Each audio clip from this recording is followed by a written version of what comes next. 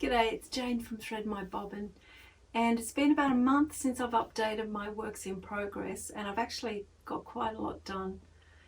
I've finished the top for the Quilted Witch, I've finished the top for Grandma's Kitchen, made a couple of small lap quilts for donation, and I've started a new embroidery project. So I thought I would show you those today, and also briefly show my design wall. Someone asked me a question about that, and I'll do that today. If you're new here, welcome. I've had a lot of new subscribers lately. It's good to see you. Thank you for subscribing. So let me start with Grandma's Kitchen. I put together the blocks. The last time I showed this, I was playing around with them on the wall and trying to decide how to lay them out. And I actually sewed it together into a quilt top, not with borders, but I did actually sew the blocks together in a quilt top, and I really didn't like it. So I unpicked it all and I started from scratch, and this is what I came up with. I'm really happy with it. So I really like these little blocks here in it. Most of this is made up of scraps.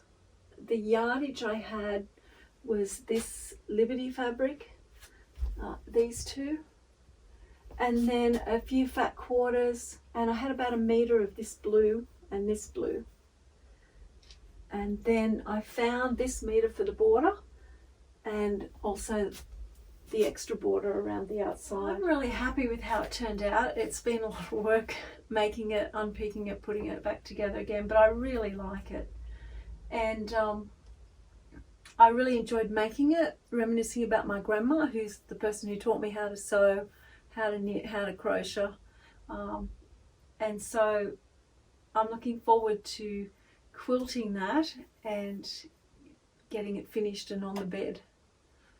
So yeah, that's Pat Sloan's Grandma's Kitchen, and that's my finished quilt top.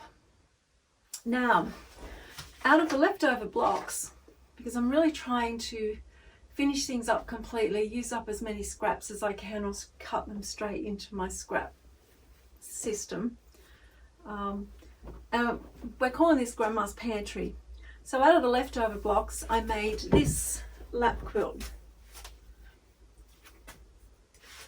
and it's got a couple of blocks that I just made up myself, like this one in the top corner, and a few blocks from the pattern.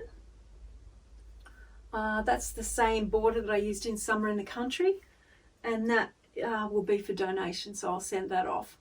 But I thought that turned out pretty well, and it's used up the extra blocks. So that's Grandma's Kitchen. While I'm on the lap size donation quilts, I also made one. You might remember Sweet Dreams. That was another Pat Sloan pattern that I made, and on the border I had made these 4 patches, and it has a border all around it with those 4 patches. So I had quite a few of those left, and so in my stash I found this lovely aqua colour fabric, and so I just cut that into 5.5-inch squares and made that also into a little lap quilt for donation, and it's cute. It's got little rabbits on it. That was quick and easy, and again just using up the little scrap blocks that are left over.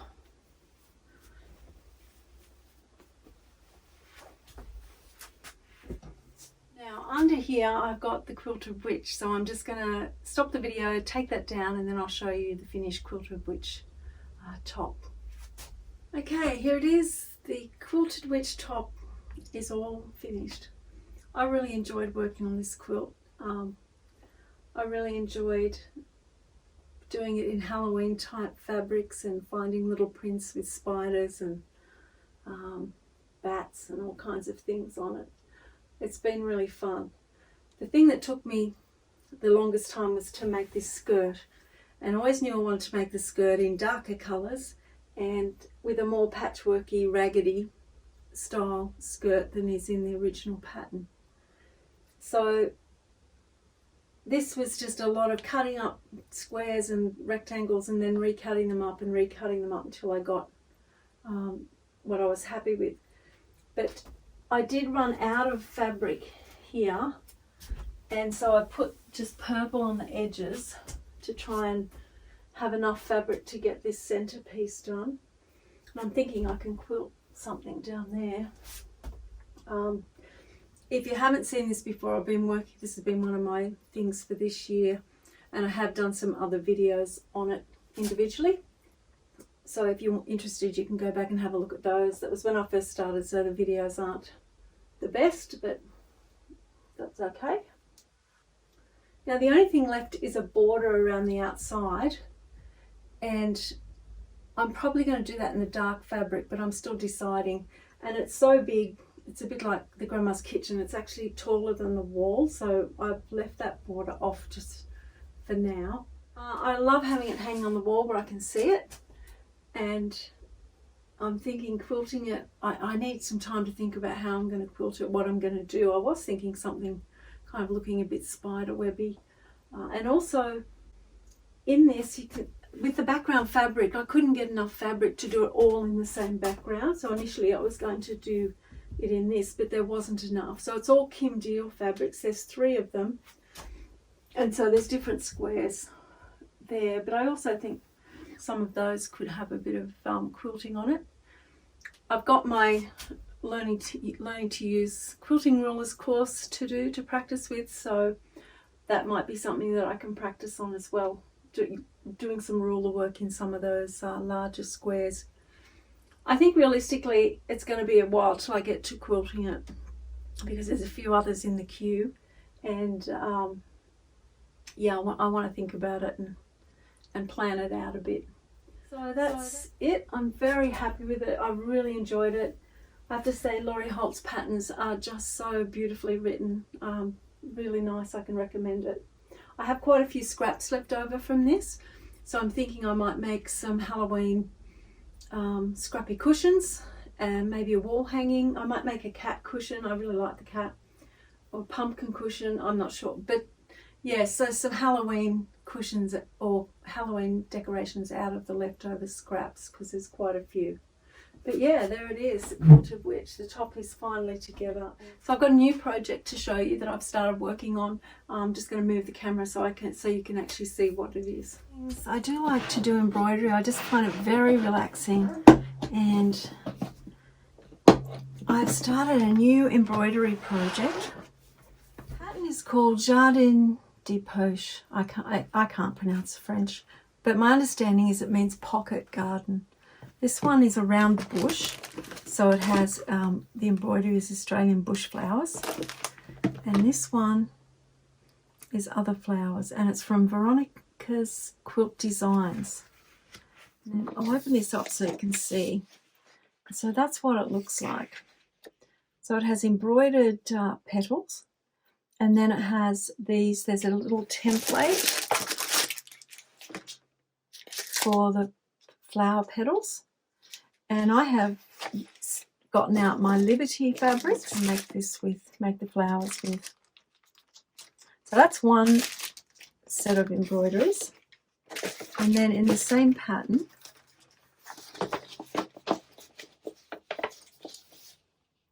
that's the other set of embroideries, and as I say, they're Australian bush flowers.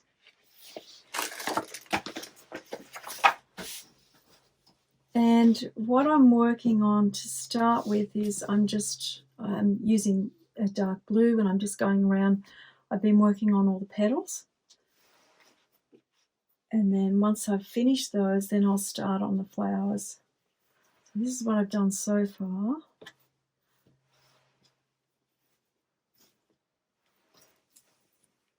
I'm really enjoying it. It's so, I just find embroidery so relaxing. I don't think I'm overly good at it, but I love doing it.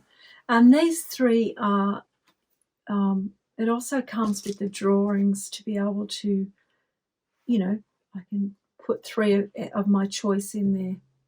Just add those in as well. This one's lovely. It's got the little birds in it and different Australian flowers.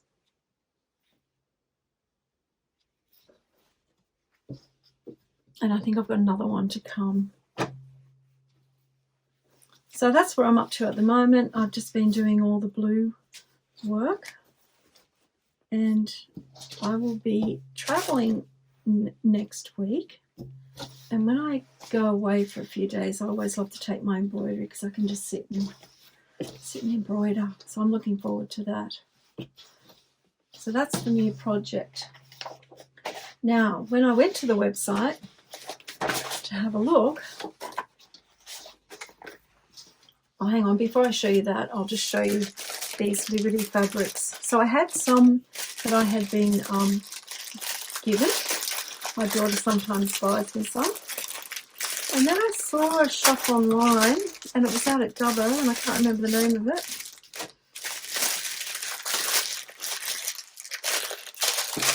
And I got these fabrics from there, these little bundles. Isn't that beautiful? I just love them.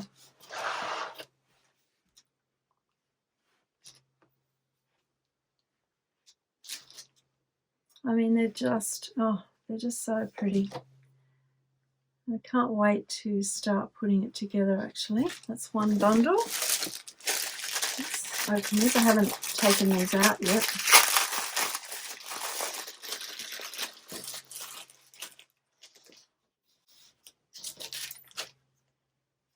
And then some more. I just got 2 bundles of the florals.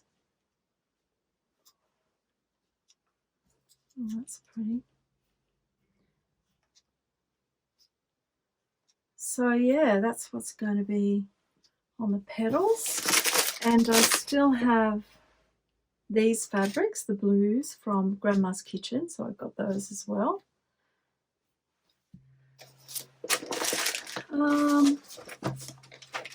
And I have this bundle that was a present.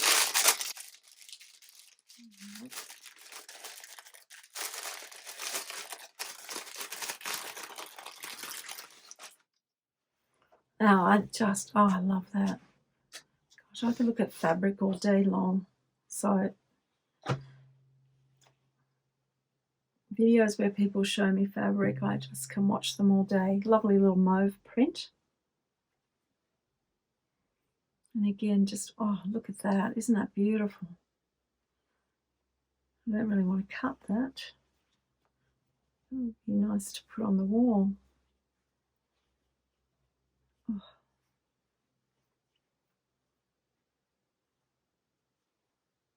Just more beautiful Liberty fabrics.